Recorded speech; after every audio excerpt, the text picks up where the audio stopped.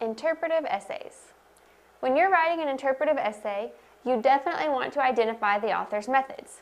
What tone did the author use? What were the major characters? What was the main event, the plot of the story? Where was the setting? All of those things are important, but it's not the only thing you want to do. This is only step one. Step two is evaluate and analyze the author's methods. If you only identify them, you're only going so far. To have an effective interpretive essay, you want to evaluate the methods the author used instead of simply identifying them. Now, one thing to keep in mind when you're doing this is that there's a certain ambiguity in most literary works, which is the presence of multiple, somewhat inconsistent truths in a literary work. So when you're evaluating, you may say, oh, there was this good guy, but he made a bad decision. He did a bad thing. So you have to maybe come to a judgment on that person. Did you think that they were a good person or a bad person? Were they bad because of the bad thing they did, or was it forgivable because overall they were a good person? There's a lot of ambiguity, a lot of questions that come up in great literary works. And that's because great literary works attempt to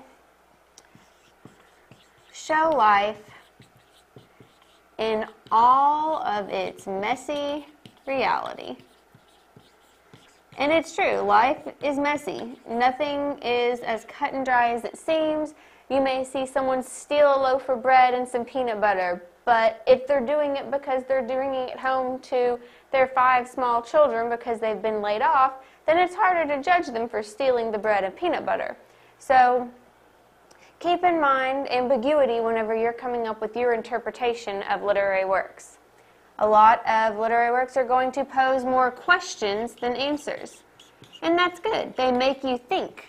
They don't just tell you the answers. You're left wondering, I wonder what the author meant by that. Or was it really bad of this person to do that? Or was it okay because of the situation? How do I feel about that? Works that make you ask yourself questions like that tend to be the great literary works. So whenever you are writing your interpretive essay, you want to respond to the likely questions of readers. If it's a question you had, then it's likely that other readers have the same question, and they'll be interested in your essay because it's going to answer or give a possible answer to one of the same questions that they had.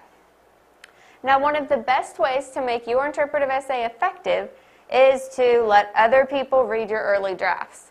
Now, this may be hard, especially if you're a shy or self-conscious writer, but you're hopefully showing your writing to someone that you trust, someone that's going to give you, if not always positive, but at least helpful criticism. So one thing you should do is work their questions in. If they ask you, well, why did you say this? Or, I really thought the character seemed this way, how did you get to this idea? Work those questions in, because if your early readers are having those questions, your same readers reading the final draft are going to have those kinds of questions. Does your argument hold up? If you argued that someone was a good person despite the bad thing they did, you have to make sure you put enough defense in there for your argument to hold up. Is the thesis statement effective?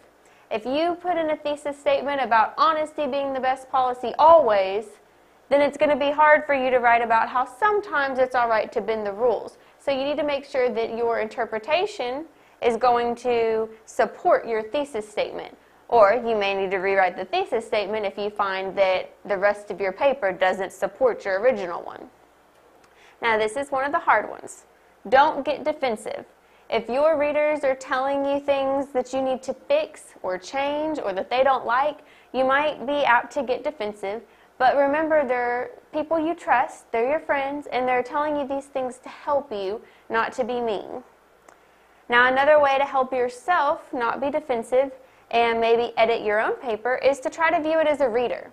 Try to be detached and not view your paper as the author, but as a reader, someone reading something that they found in the newspaper, not necessarily something that you wrote. and then it may be easier for you to be objective about what you need to change. And the last but very important step here is to remember that early drafts are meant to be improved upon. It's a draft for a reason. No one's going to write a perfect paper the first time they write something down.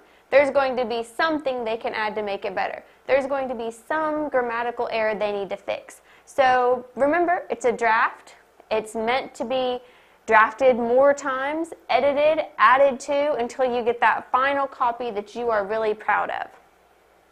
So remember, when you're writing an interpretive essay, to first identify the author's methods, but most importantly, go back and evaluate those methods and come up with your own interpretation of the text. And because you're interpreting it one way, you have to remember that there is ambiguity and other people may interpret things other ways. So make sure that you are responding to some likely questions, but you're leaving room for other answers whenever you're coming up with your interpretation.